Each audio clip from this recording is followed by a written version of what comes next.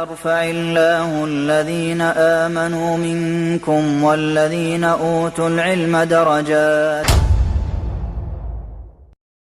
அன்புள்ள சகோதர சகோதரிகளே, நமது KECT அமைப்பு கடந்த 26 ஆண்டுகளுக்கு மேலாக நமது கீழக்கரையில் பல மார்க்க மற்றும் சமுதாய பணிகளை தொடர்ந்து செய்து வருகிறது.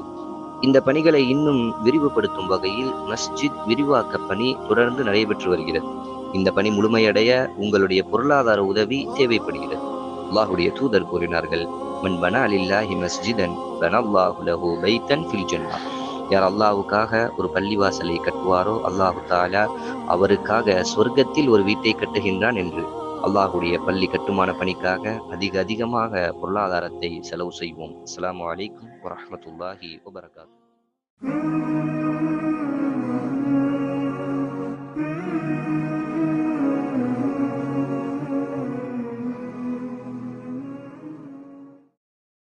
அஸ்ஸலாமு அலைக்கும் வரஹ்மத்துல்லாஹி வபரகாத்துஹு. இன்னல் ஹம்தலில்லாஹி வஹ்தா ஸலாத்து வஸ்ஸலாமு அலா மன் லா நபிய பஅதா அம்மா பஅத். அன்பார்ந்த அல்லாஹ்வின் நல்லடியார்களே,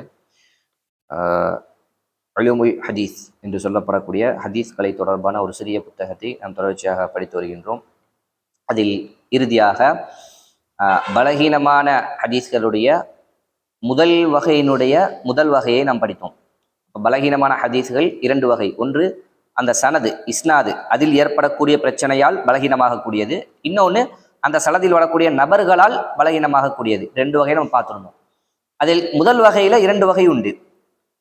அந்த சனதில் ஏற்படக்கூடிய பிரச்சனை, அந்த இஸ்னாதில் ஏற்படக்கூடிய பிரச்சனை, அது வெளிப்படையானது மறைமுகமானது என்று அந்த முறிவுக்கு 2 வகை உண்டு. அதுல வெளிப்படையான முறையில் இருக்கக்கூடிய அந்த 4 வகைகளும் அதோட சேர்த்து 1 5ஆக நம்ம பார்த்துருந்தோம். என்னென்ன அப்படின்னா அல் முஅல்லக், அல் முர்சல், அல் முஅதல், அல் முன்கத்யா, கடைசியா முர்சலு சஹாபி. இப்படி 5 வகைகளை நம்ம பார்த்துருந்தோம். அடுத்ததா மறைமுகமான முறிவு அப்படின்னா அதுலயும் அந்த முறிவு ஏற்படும், ஆனால் அது மறைமுகமா இருக்கும். அதுக்கு பேரு தத்லீஸ் அப்படிம்பாங்க. அந்த ஹதீஸுக்கு பேரு அல் முதல்லஸ் அப்படிம்பாங்க. தத்லீஸ் என்றால் இருட்டடிப்பு செய்யப்பட்டது அப்படின்னு அர்த்தம். அப்படின்னா ஏமாத்து வேலை நடந்த மாதிரியான அர்த்தம். நேரடியாக முழுமையாக அந்த அர்த்தம் கொடுக்க முடியாது. இருட்டடிப்பு என்று அதுக்கு தமிழ்ல அர்த்தம். ஏமாத்தின மாதிரி அப்படி நம்ம ஞாபகம் வச்சுக்கலாம். சரிங்களா? இப்ப இந்த தத்லீஸ் என்பது 3 வகையாக நடக்கும். இந்த ஏமாத்து வேலை அல்லது அந்த இருட்டடிப்பு என்பது ஒரு ஹதீஸ்ல அந்த இஸ்னாதுல 3 வகைகள்ல நடக்கும். ஒன்னா தத்லீசுல் இஸ்னாத், தத்லீசு ஷுயூஹ், தத்லீசு தஸ்வியா என்று இந்த 3 வகைகள்லையும் இந்த அந்த தத்லீஸ் அந்த நடக்கும். முதல்ல உள்ளது என்னன்னா தத்லீசுல் இஸ்னாத். அப்படின்னா அறிவிப்பாளர் தொடர்ல இருக்கக்கூடிய தத்லீஸ். அப்படின்னா என்னன்னா, உதாரணமா ஒரு ஆசிரியர்கிட்ட 2 மாணவர்கள் ஹதீஸ்களை படிப்பாங்க. அந்த ஆசிரியர்கிட்ட அந்த 2 மாணவர்களும் ஹதீஸ்களை படிச்சு 2 மாணவர்களும் ஹதீஸ்களை அறிவிப்பாங்க. இப்படி இவங்க நிறைய ஹதீஸ்களை அறிவிச்சிருப்பாங்க. எந்த ஹதீஸை நம்ம தத்லீசுல் இஸ்னாதுன்னு சொல்லுவோம் அப்படின்னா, ஒரு மாணவர் இன்னொரு மாணவர்கிட்ட இருந்து ஒரு செய்தியை கேட்டு அந்த ஆசிரியர் சொன்னதாக அறிவிப்பார். இதுக்கு பேர் என்னன்னா தத்லீசுல் இஸ்னாத். இப்ப இவர்கிட்ட கேட்டதாக அறிவிச்சா பிரச்சனை இல்லை, அந்த ஆட்கள் நம்பகமானவங்களா அப்படிங்கிறத பார்த்துட்டு ஹதீஸை நல்ல இடத்துக்கு கொண்டு வந்துருவோம். ஆனா இவர் என்ன சொல்றாரு அப்படின்னா, இந்த மாணவர்கிட்ட கேட்டு ஒரு செய்தியை அறிவிக்கும் போது யார் சொன்னதா சொல்றாருன்னா, எனக்கு இந்த ஆசிரியர் சொன்னாரு அப்படின்னு சொல்லும் போது இந்த வகைக்கு என்ன பேர் அப்படின்னா தத்லீசுல் இஸ்னாத் அப்படின்னு பேர். இப்ப நம்ம நினைக்கலாம், இது என்ன பெரிய தப்பு ஒன்றும் இல்லையே, மாணவர்கிட்ட கேட்கிறாரு, ஒன்னா படிக்கக்கூடியவங்க 2 பேருமே அந்த ஆசிரியர்கிட்ட செய்திகளை கேட்கிறாங்க. இவர் அந்த ஆசிரியர்கிட்ட கேட்டிருப்பாரு, இவர்கிட்ட கேட்டுட்டு எப்படி இவர் அந்த ஆசிரியர்கிட்ட தானே கேட்டிருப்பாங்க, அதுக்கு இவர் நேரடியா அந்த ஆசிரியர்கிட்ட கேட்டாருன்னு சொல்றாரு. இதுல என்ன பிரச்சனை அப்படி கேட்கலாம். இல்ல வேற பிரச்சனைகள் வருவதற்கான வாய்ப்புகள் உண்டு.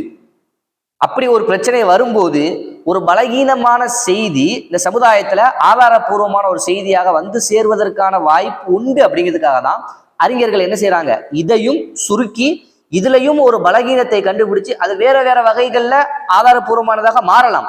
இப்ப இவங்க ஆய்வு செஞ்சு அந்த ஆசிரியர்கிட்ட இந்த மாணவர் உண்மையிலேயே அந்த செய்தியை கேட்டாரு அப்படிங்கிறது உறுதியாகுது அப்படின்னா அந்த ஹதீஸ் ஹசன் என்ற தரத்துக்கு வரும்.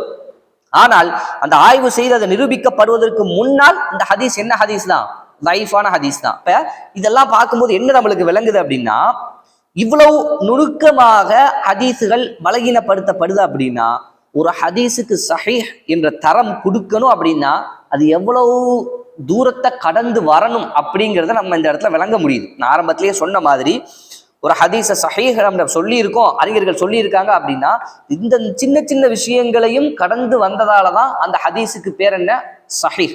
அப்போ ஒரு சஹீஹான ஹதீஸ் என்பது முழுவதுமாக ஏற்றுக்கொள்ளப்பட்ட ஒரு செய்தி, ஒரு ஹதீஸ் என்பதை நம்ம இந்த இடத்துல உணர்ந்துக்கணும். அப்ப இந்த மாதிரி ஒரு பிரச்சனை இருந்தா இவர் சக மாணவர்கிட்ட கேட்டுட்டு ஆசிரியர்கிட்ட கேட்ட மாதிரி அறிவிச்சாருன்னா அந்த ஹதீஸுக்கு பேர் என்ன, தத்லீசுல் இஸ்னாத். அவர் வேற வேற செய்திகளை அந்த ஆசிரியர்கிட்ட கேட்டு அறிவிச்சிருப்பாரு. இந்த செய்திக்கு பேரு தத்லீசுல் இஸ்னாத். சரிங்களா? இப்ப அடுத்ததா தத்லீசு ஷுயூஹ். இதுக்கு என்ன அர்த்தம் அப்படின்னா, ஒரு மாணவர் தன்னுடைய ஆசிரியர்கிட்ட ஒரு சில செய்திகளை கேட்டு அறிவிப்பாங்க. அந்த ஆசிரியருக்கு என்று பிரபல்யமான பேர் ஒன்று இருக்கும். ஆனா அந்த ஆசிரியர் பலகீனமான ஆசிரியரா இருப்பார். யார்கிட்ட இவர் கேட்டு அறிவிக்கிறாரோ அந்த நபர் பலகீனமான ஒரு நபரா இருக்கிறனால அவருடைய பிரபல்யமான பேர் ஒன்று இருக்கும். அதை சொல்லாம அவருடைய இயற்பெயரை சொல்றது, அவருடைய புனை பெயரை சொல்றது. எதுக்குன்னா அவர் நபர் யாருன்னு தெரியாம இருக்கிறதுக்காக. எதுக்கு தெரியாம இருக்கணும்னா இந்த செய்தி மக்களுக்கு போய் சேரணுங்கிறதுக்காக. ஏன்னா யார்கிட்ட இவர் அறிவிக்கிறாரோ அவர் பலகீனமானவர்னு தெரிஞ்சா மக்கள் அந்த ஹதீஸை ஒதுக்கிடுவாங்க பலகீனம் அப்படின்னு. இப்ப இவர் அவருடைய பிரபல்யமான பெயரை சொல்லாம வேற பேரை சொல்வதன் மூலமாக அந்த நபர் யாருன்னு தெரியாம போகும். அப்ப அந்த ஹதீஸை மக்கள் ஏற்றுக்கொள்ளக்கூடிய இடத்துக்கு வரும். அப்படிங்கிறதுக்காக இந்த ஒரு இப்படி ஒரு விஷயத்த பண்ணுவாங்க. இப்போ உதாரணமாக சொன்னா இமாம் இப்னு தைமியா, இந்த பேரை இமாம் இப்னு தைமியான்னு சொன்னாதான் எல்லாத்துக்கும் தெரியும். தகையுத்தீன் நான் சொல்றேன், இந்த கவுலை தகையுத்தீன் சொன்னார் அப்படின்னா யாருக்குமே தெரியாது. என்ன தகையுத்தீன்னா யாரு புதுசா இருக்காங்க அப்படிங்கிற மாதிரி நம்மளுக்கு தோணும். நான் இமாம் இப்னு தைமியா, ஷேகுல் இஸ்லாம் இப்னு தைமியான்னு சொன்னாதான் ஓ இப்னு தைமியா சொன்ன விஷயம் தெரியும். இப்ப நான் தகையுத்தீன் சொன்னா இமாம் இப்னு தைமியோட பேர் தான் தகையுத்தீன். இப்ப நான் தகையுத்தீன் சொன்னேன் அப்படின்னா அந்த செய்தி தெரியாது, யாரு சொன்னா அப்படின்னு தெரியாது. இப்ப இந்த மாதிரி அறிவிக்கிறதுக்கு பேர் தான் தத்லீசு ஷுயூஹ். எதுக்காக அப்படி அறிவிப்பாங்கன்னா அந்த ஆசிரியர் பலகீனமான ஆளா இருப்பார். அந்த பலகீனம் தெரியக்கூடாதுங்கிறதுக்காக அவர் எந்த பெயர்ல அறியப்படுவாரோ அந்த பெயரை சொல்லாம அவருடைய வேற பெயர், அது பொய்யான பெயரும் இல்லை, அது ஒன்றில் அவருடைய இயற்பெயரா இருக்கும் அல்லது புனை பெயரா இருக்கும், ஆனா பிரபல்யமான பெயரை சொல்லாம இப்படி பேர் அறிவிப்பதன் மூலமாக அந்த ஆசிரியர் பலகீனமானவர் என்பதை மறைப்பதற்காக இப்படி ஒரு செய்தி செய்யப்படும். சரிங்களா? இப்ப அதே மாதிரி அடுத்தது என்னன்னா தத்லீசு தஸ்வியா அப்படிம்பாங்க. இது மிக மோசமான ஒரு பலகீனமா ஒரு செய்தி. என்னன்னா, ஒரு மனிதர், அவருக்கு மேல் 3 மனிதர்கள் இருப்பாங்க. அதுல 3வது மனிதர்கிட்ட இருந்து முதல் மனிதர் சொல்லதாக இவர் அறிவிப்பாரு. நடுவில் உள்ள 2வது மனிதரை விட்டுருவாரு. ஏன்னா அவர் பலகீனமானவர். இந்த நடுவில் உள்ள 2வது மனிதர் பலகீனமான ஒரு மனிதரா இருப்பாரு. இப்ப 3வது மனிதர் 2வது மனிதர்கிட்ட வந்து கேட்டாரு, 2வது மனிதர் 1வது மனிதர்கிட்ட வந்து கேட்டாரு. இவர் சொன்னார்னா அது சனதை பார்க்கும்போது 2வது மனிதர் இவர் பலகீனமான ஆளாச்சுன்னு ஹதீஸ் அறிஞர்கள் தட்டிடுவாங்க. அதனால இவர் என்ன செய்வார் அப்படின்னா, இந்த 3வது மனிதர் 1வது மனிதர்கிட்ட கேட்ட மாதிரி செய்தி அறிவிப்பாங்க. நடுவில் உள்ள இந்த பலகீனமான 2வது மனிதரை விட்டுருவாங்க. இது தத்லீஸ்லயே மிக மோசமானது. ஏன்னா ஒரு நபர் இருக்காருன்னு தெரிஞ்சு, அவர் பலகீனமானவர்னு தெரிஞ்சு அந்த ஹதீஸ் சேர்க்கப்படணுங்கிறதுக்காக இப்படி ஒரு மனிதரை விடுவது என்பது மோசமான விஷயம் அப்படிங்கிறத தெரிஞ்சுக்கணும். அப்ப இதுக்கு பேரு தத்லீசு தஸ்வியா அப்படிம்பாங்க. 3வது மனிதர், முதல் மனிதர், நடுவில் உள்ள பலகீனமான 2வது மனிதரை கட் பண்ணிட்டு இவர் சொன்னதாக அறிவிப்பாங்க. இந்த மாதிரி அறிவிக்கப்படுறதுக்கு பேரு தத்லீசு தஸ்வியா. இது அந்த முறிவு இருக்கக்கூடிய வகைகள்ல இருக்கக்கூடிய முதல்லசுடைய ஹதீஸ்கள்ல 3வது வகையில, இது 3 வகைகள்ல இது 3வது வகை என்பதை நாம் தெரிந்து கொள்ள வேண்டும். இன்ஷா அல்லாஹ் வரக்கூடிய நாட்களில் மீதம் இருக்கக்கூடிய செய்திகளையும் படித்து தெரிந்து கொள்ளக்கூடிய மக்களாக அல்லாஹு தஆலா நம் அனைவரையும் ஆக்கி அருள் புரிவானாக. வாஹிர் தஅவானா அல்ஹம்துலில்லாஹி ரப்பில் ஆலமீன். அஸ்ஸலாமு அலைக்கும் வரஹ்மத்துல்லாஹி வபரகாத்துஹு. يرفع الله الذين آمنوا منكم والذين أوتوا العلم درجات.